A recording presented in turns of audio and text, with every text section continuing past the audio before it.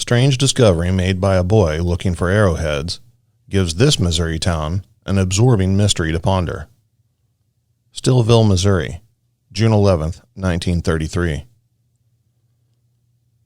This quiet little summer resort town of the Ozarks has just come to grips with an absorbing mystery of a sort it has never before been called upon to solve. It all came about as a result of Billy Harmon's hunt for arrowheads a few weeks ago. Poking about in Puckett's Cave, in a Merrimack River bluff some 10 miles northeast of here, young Harmon reached for something white in a hole in the ground, and, to his vast amazement, came up with a handful of human bones. Soundly startled, the 16-year-old lad put them down and dashed for home. Then, after gathering his courage and some reinforcements, he went back and proceeded to dig on the site of his discovery. From the ancient accumulation of ash and limestone debris, he turned up the complete skeleton of an 8-foot giant. The grisly find was brought to Dr. R.C. Parker here and stretched out to its enormous length in a hallway of his office, where it has since remained to the most startling exhibit Stillville has ever had on public view. People have come from far and near to examine it and fire a broadside of questions at the harassed doctor. Who was this giant? When did he live? To what race did he belong? Was he simply a freak among people of normal stature, or did he belong, possibly, to some extinct race of Stone Age giants who roamed over these hills before the coming of the Native Americans? What was the manner of his death? Did he come to his end from natural causes? Or does the lone arrowhead found among the bones tell its own story of violence? Was he, perhaps, an Ozark Goliath brought down by some David of the Missouri Hill Country, who used a bow and arrow instead of a sling? If anybody can answer these questions, he is pretty likely to find a warm welcome in Stillville, especially at the hands of Dr. Parker. Anthropologists are scarce hereabouts, and the doctor's fund of information about such things was exhausted in the first 20 minutes. An appeal to Dr. Alice Hardlicka, anthropologist of the National Museum in Washington and celebrated authority on primitive races, is expected to help. Dr. Parker has written to him, offering to forward the skull or the whole skeleton if necessary for scientific study. Meanwhile, speculation is proceeding at a lively rate. The consensus of local opinion is that these prodigious bones are the remains of a Native American, maybe an Osage, since the Osages inhabited this region a century or so ago, but in any case a chief. For it is argued a man of such gigantic stature must have been a chief among the primitive people.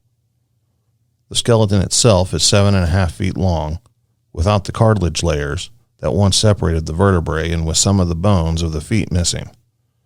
Dr. Parker believes the man must have been close to 8 feet tall in life, but was apparently of slender build, for the bones are not of extraordinary size except as to length.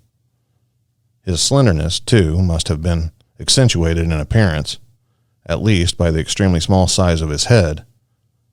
With all his magnificent stature, this primitive chief, if chief he was, really was something of a pinhead. The skull measures only 20 inches in circumference, a pretty small skull even for a man of normal height. The heads of most average-sized men measure from 22 to 28 inches in circumference. A 20-inch dome perched on the shoulders of a giant 8 feet tall must have looked tiny indeed. His brow, too, was anything but noble. Height of forehead, once popularly believed to be a sort of hallmark of high or low intelligence, has been largely discredited as such an indicator now, so this caveman's sloping brow may not necessarily be regarded as a stamp of low mentality. But it may be set down, anyway, as one of the cranial characteristics which fit very neatly into the general pinhead picture. Of course, he had considerably more above the eyes and ears than such extremely primitive types as the Peking man, Piltdown man, and the Neanderthaloids. But he did have a low brow, and what is probably more significant, a very narrow one. His jaw, too, while not of the prognathous-type characteristic of the most ancient men, was somewhat heavier than that of the average man of today. As to his age at the time of his death, there is only the condition of the teeth to serve as an indicator. The fact that most of them were still doing service would argue that he had not attained advanced age, and the fact that the molars were considerably worn would indicate he was no longer a stripling. The cave in which the skeleton was brought to light is not essentially different from hundreds of other caves to be found in the limestone bluffs of the Ozark country, except that it is easily accessible both from above and below. Many of these Ozark caves are not. The entrance is about 100 feet above the river valley and may be reached by a stiff climb from below or by means of a narrow limestone ledge that runs around the face of the cliff from above. John Puckett of Stillville, who was born and raised in the vicinity and who owns the cave, says he has known for 50 years that it was once inhabited, for its floor at the entrance is covered with an ash and charcoal accumulation 2 or 3 feet deep. As a boy, he was accustomed to hunting for Native American relics in the place and in later years used it for a livestock shelter. As the cave faces east with a bluff and a heavy forest to protect it from winter winds on the west and north, it makes a capital shelter for livestock, and for the same reason it made a capital dwelling for early races of human beings. A corner in the north wall, just within the entrance, formed the giant's tomb.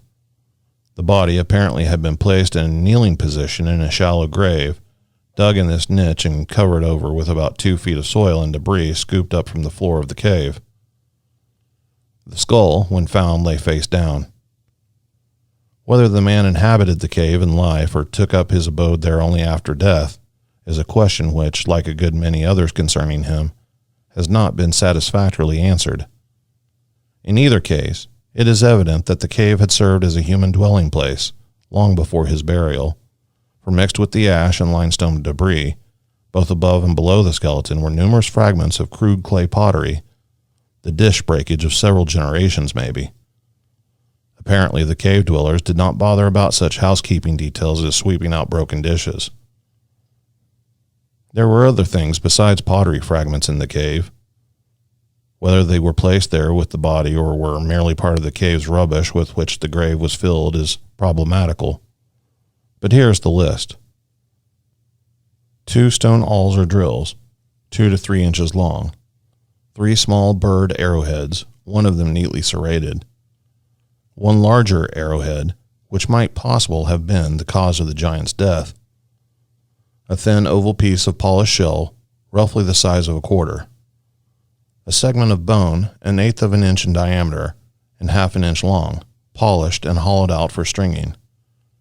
And a 2.5-inch fragment of a canine tooth or fang, possibly the fang of a saber-toothed tiger of prehistoric origin. It is slightly curved and broken off perhaps 1 inch from the point. If it is the fang of a saber-toothed tiger, its presence in the cave would not necessarily mean, of course, that the buried cave dweller was a contemporary of this animal, now long extinct. As to the age of the skeleton, estimates are loose and highly variable. They range all the way from 100 to 2,000 years. Just now it appears that one man's guess is as good as another's, but the weight of evidence seems to be on the side of the higher estimate. For a good many years now, scientists have been uncovering evidence that the Ozark region was once inhabited by a primitive race of cave-dwelling savages, long antedating the Native Americans.